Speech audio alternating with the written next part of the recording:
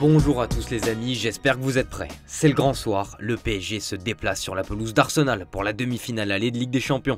Un défi canon attend les Parisiens ce soir. Le PSG est moins impressionnant ces derniers temps, mais s'avance avec le statut de léger favori, selon le Parisien. Une des clés de ce choc, comme souvent avec Arsenal, ce seront les coups de pied arrêtés. Ce qui fait peur, c'est que ce secteur est le point fort des Gunners, et pour les Parisiens, leur point faible, avec un déficit de taille à prévoir. Et le tireur en chef sera Declan Rice qui avait fait des dégâts au Real. Il faudra donc un Marquinhos à 200% et qui devra chasser ses fantômes comme le répète l'équipe. Contre Aston Villa, le capitaine a affiché une forme inquiétante. Il est l'heure de chasser les traumatismes du passé et de finir son aventure avec le PSG en beauté. Oui, je dis finir en beauté car selon l'équipe, l'hypothèse d'un départ a pris de l'ampleur. En interne, on est conscient que le Brésilien pourrait faire ses valises cet été, direction l'Arabie Saoudite, qui pousse pour le faire venir. Affaire à suivre, en attendant, il y a un choc ce soir. Paris a besoin de Dembélé, le fédérateur du groupe selon le journal, et aussi le leader offensif de son équipe. Essentiel sur et en dehors des terrains, on attend qu'il fasse la différence ce soir. Du côté de Londres, il est l'heure pour Arteta et ses hommes d'écrire l'histoire, selon le Daily Express. Comme face au Real, Arteta a demandé à ses joueurs de saisir l'opportunité d'une vie, de marquer l'histoire. Et le coach demande l'appui du public pour y parvenir. C'est probablement l'un des plus grands enjeux à l'Emirates depuis que nous l'avons construit. Il faut plus de bruit que contre le Real Madrid. Les gars, apportez vos crampons, apportez vos shorts, apportez vos maillots et vibrons ensemble. Gabriel Martinelli en a bien conscience, ce match contre le PSG est le plus important de sa vie. Outre-Manche, la presse dresse un portrait élogieux du PSG. Cette équipe de Luis Enrique est une très bonne équipe. L'esprit du collectif et la cohésion qu'il a apporté en ont fait un adversaire bien plus redoutable qu'autrefois, écrit le Daily Mail. Et s'il y a un joueur que l'on craint le plus, c'est Kvicha Kvaratskhelia. Le Mirror, par l'intermédiaire de Gary Southgate, ne mâche pas ses mots à son sujet. Il le décrit comme le nouveau George Best. Sa conduite de balle, ses dribbles et ses contrôles font de lui un des meilleurs du monde. Le passage au PSG a poussé son jeu encore plus loin. Pour moi, il est dans le top 5 mondial. Il va de mieux en mieux et il est là-haut avec Mo Salah, Vinicius, Bukayo Saka, Rodrigo et Rafinha.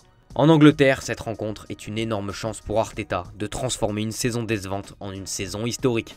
Sinon, c'est toujours l'euphorie à Liverpool après le titre de champion de Premier League. Ibrahima Konaté a reconnu être au bord des larmes. Il a déclaré s'être assis en tribune pour ressentir ce que vivent les fans des Reds. Il a réalisé l'un de ses rêves depuis tout petit, gagner ce championnat mythique. Mais cette joie ne fait pas fermer les yeux à la direction pour autant. Arne Slot a fait un travail fabuleux, mais il faut lui donner les moyens de défendre son titre. Et selon le Mirror, les pensionnaires d'Anfield pourraient connaître leur été le plus actif depuis 2018, lorsqu'ils avaient dépensé près de 200 millions d'euros pour des joueurs comme Alisson et Fabinho.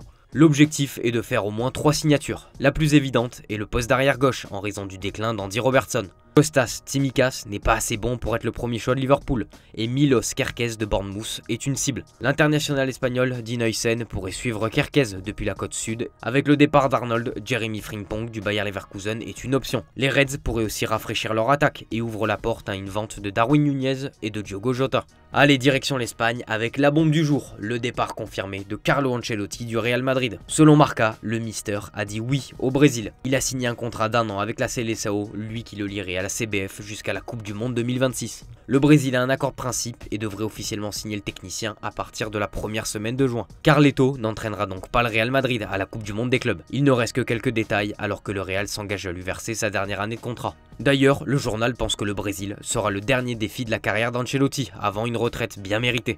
Une page qui se tourne pour le Real qui doit préparer au plus vite la suite. En attendant Xabi Alonso ou Jürgen Klopp, ce sera Santiago Scolari qui assurera l'intérim durant la Coupe du Monde des clubs. Et l'Argentin a déjà des exigences sur le mercato. Faire venir Mastantuono, le crack de River Plate avant le début de la Coupe du Monde des clubs, selon AS.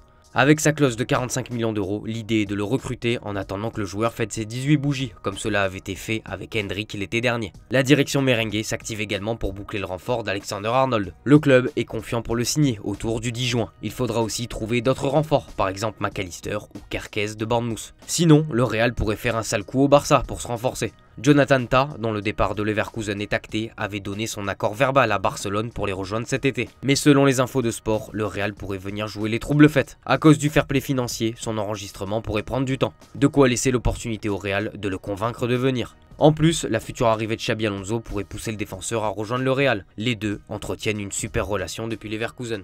Demain, ça sera au tour de Barcelone de jouer sa demi-finale de LDC contre l'Inter. Et comme le placard de Mundo Deportivo, l'objectif n'a pas changé. La Copa est dans la poche, désormais direction la Liga et la Champions League. Le groupe a soif de titre, tous les regards sont tournés vers le match de demain. Lewandowski et Baldé ne seront pas de la partie, toujours blessés. Hansi Flick devra faire des choix, soit Gérard Martin, soit Inigo Martinez à gauche, avec Araujo dans l'axe. Pedri sera lui aussi de la partie. Dans une forme monstrueuse, le milieu de terrain veut les trophées collectifs, mais pense secrètement au Ballon d'Or, comme il l'a reconnu dans un entretien à l'UEFA.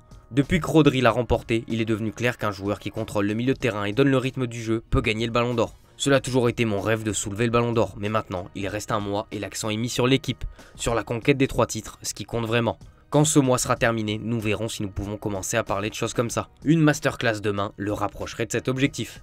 Allez, on termine en Italie avec Tuttosport qui met la pression à la Juve. L'heure n'est plus aux excuses, la Juve doit finir 4ème au pire des cas. Situation extrême aussi pour l'Inter qui a vu son rêve de triplé voler en éclats. En pleine crise, diminuée par les blessures, la Gazzetta attend que l'Inter montre son vrai visage. Pendant ce temps, chez les rivaux, plusieurs prolongations sont sur le point d'aboutir. Pulisic devrait signer jusqu'en 2029, tout est déjà réglé. Pour Théo Hernandez aussi, ça sent bon, une prolongation dont la date n'a pas filtré pour l'empêcher de partir libre l'été prochain. C'est tout pour aujourd'hui les amis, merci de votre fidélité et on se dit à tout à l'heure pour le JT Foot Mercato. Ciao ciao.